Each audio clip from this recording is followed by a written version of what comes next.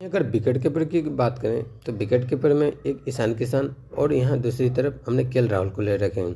लेकिन एक डेमो के लिए इसे रखें, इनके जगह कोई भी खिलाड़ी हो सकता है। जोस बटलर हो सकता है, संजू सैमसन हो सकता है, या कोई सा भी खिलाड़ी हो सकता है। हमें ध्यान देना है कि इसमें सिर्फ क्रेडिट और सिलेक्शन परसेंट, यानी कि अब एक चीज़ समझ सकते हैं, ग्रांड लीग की टीम में हमेशा सिलेक्शन परसेंट और क्रेडिट जानना बहुत ज़रूरी होता है खिलाड़ी का।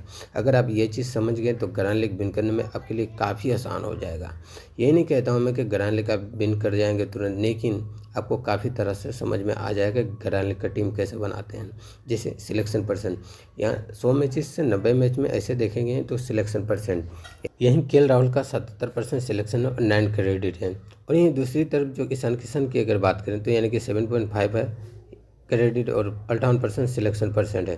यानी कि आपको ये चीज़ समझ में आना चाहिए, ग्रांड लीग की टीम में हमेशा सिलेक्शन परसेंट और क्रेडिट देखना काफ़ी ज़रूरी होता है। 90% लोगों को ये चीज़ नहीं मालूम है, लेकिन आप ये चीज़ से आप टीम बनाएंगे, इस तरह से अगर टीम बनाएंगे ग्रांड लीग का, तो आप ग्रांड लीग विन करने में आपको काफ़ी आसान होगा। जैसे हम सबसे पहले किसी भी विकेट कीपर का बात करें, यानी कि आपको इसके जगह कोई भी खिलाड़ी हो सकता है, यानी कि 9 क्रेडिट हो, जो 77% सिलेक्शन हो, है ना, उसको ग्रांड लीग की टीम में रखना है। और यहीं दूसरी तरफ की अगर बात करें, यानी कि 7.5 क्रेडिट है, ईशान किशन को हमने डेमो के लिए रख रखे हैं, ये 58% सिलेक्शन है, यानी कि इसे भी हमें ग्रांड लीग की टीम में रखना है। हालांकि कप्तान, वाइस कप्तान इन्हें बिल्कुल नहीं रखेंगे। यहीं अगर बैटिंग की अगर बात करें तो बैटिंग में एक डेमो के लिए सूर्य कुमार को ले रखे हैं, इसका सिलेक्शन परसेंट है 73% और यहीं 9 क्रेडिट है। और यहीं अगर समित की अगर बात करें तो समित का क्रेडिट है 7.5, सिलेक्शन परसेंट यहीं 58% है। यानी कि ये डेमो के लिए ले रखे हैं, इनके जगह कोई सा भी खिलाड़ी हो सकते हैं, आप किसी भी खिलाड़ी को ट्राई कर सकते हैं। एक मैंने इसको एग्जाम्पल मैंने समझाया है आपको कि ये समित है, सूर्य कुमार है, एसएसपी जायसवाल है ना। और यहीं अगर एसएसपी जायसवाल की बात करें तो 7.5 क्रेडिट है, जिसका सिलेक्शन परसेंट 38% है। ज़्यादातर मैचेस में यही देखा गया है कि सिलेक्शन परसेंट अगर आप जान गए तो आपको ग्रांड लीग जीतने में काफ़ी मदद करेगा। यहीं अगर ऑलराउंडर की अगर बात करें तो ऑलराउंडर का अक्षय पटेल को ले रखें और मार्कस स्टोइनिस को ले रखें और हारून को ले रखें, जिसका सिलेक्शन परसेंट भी जान सकते हैं आप, क्रेडिट भी जान सकते हैं। अगर ये चीज़ जान लिए तो आपको ग्रांड लीग जीतने में काफ़ी मदद करेगा।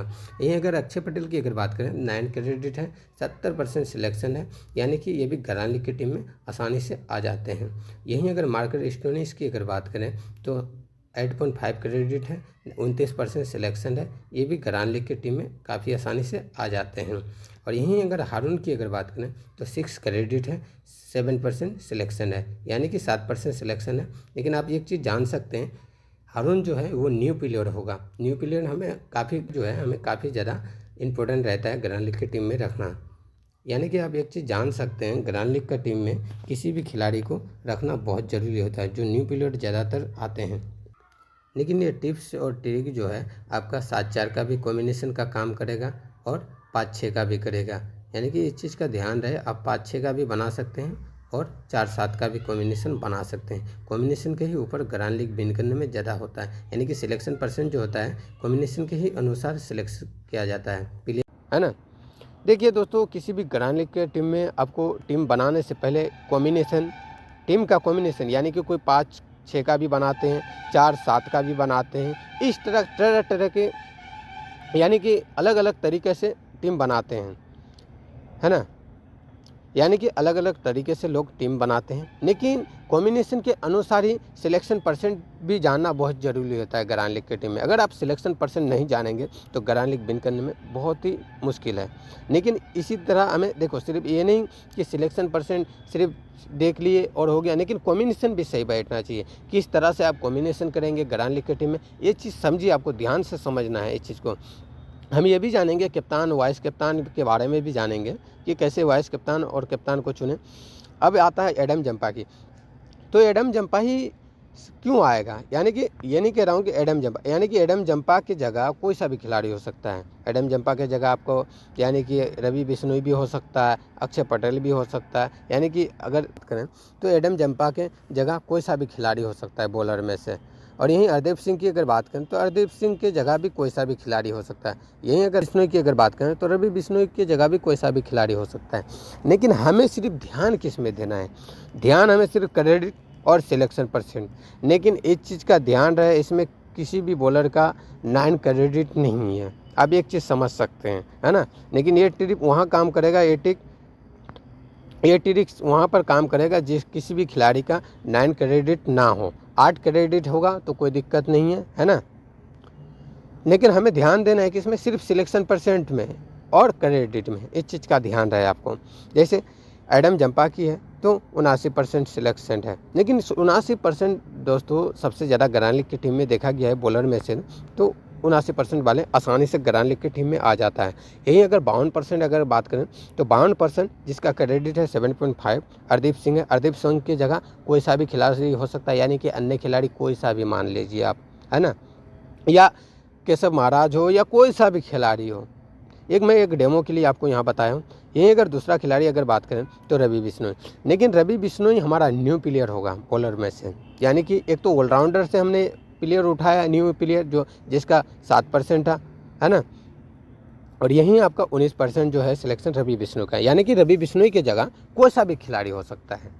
लेकिन हम ये भी जानेंगे, आगे जानेंगे कि इसके लिए अलग वीडियो आएगा जो बॉलर के लिए या बैट्समैन के लिए कौन सा काम करता है न्यू प्लेयर। हमें सबसे ज़्यादा दिक्कत होता है कहाँ पर, न्यू प्लेयर में।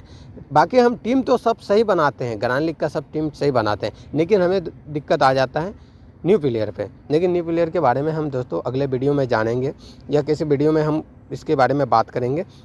लेकिन अभी जानते हैं इसके, लेकिन ये कॉम्बिनेशन कैसे काम करेगा दोस्तों। इस कॉम्बिनेशन में एक ही रीजन है, कैसे किस तरह से काम करेंगे आपको एक चीज़ समझाएंगे। जैसे 5-6 का है ना, पहला कॉम्बिनेशन 5-6, बहुत सारे लोग 5-6 का ही कॉम्बिनेशन ज़्यादा बनाते हैं, और दूसरा जो है 4-7 का, इस तरह से कॉम्बिनेशन से काम करते हैं ग्रैंड लीग की टीम में। लेकिन ग्रैंड लीग की टीम में ये चीज़ जानना बहुत ज़रूरी होगा, आपका सिलेक्शन परसेंट। और यहीं अगर कप्तान वाइस कप्तान करें तो किस खिलाड़ी को करें। देखिए आपको जो एक खिलाड़ी आपको बता रहे हैं, जैसे यहाँ हमें बॉलर में से बनाना है, ऐसे 5-6 का अगर कॉम्बिनेशन बना रहे हैं, ऐसे टीम जो होगा जो हमें बॉलर में से, जैसे अर्दीप सिंह है, अर्दीप सिंह का 52% है ना, इसको हम कप्तान रख सकते हैं, इस चीज़ को ध्यान रहे। और यहीं अगर ऑलराउंडर की अगर बात करें, यानी कि कप्तान या वो कप्तान की अगर बात करें या वाइस कप्तान की, तो आप उनमें से ऑलराउंडर को भी रख सकते हैं, कोई भी खिलाड़ी आ सकता है इसमें से। लेकिन ज़्यादातर आपको एक ध्यान देना है 52% वाले, हाँ, और यही जो ऑलराउंडर से 38% वाले जो सिलेक्शन परसेंट है, वही खिलाड़ी को आपको चुनना है। इस चीज़ को आप ध्यान रखें। ऑलराउंडर में आपको देखो, हमें सबसे ज़्यादा दिक्कत आता है कप्तान वाइस कप्तान में ही।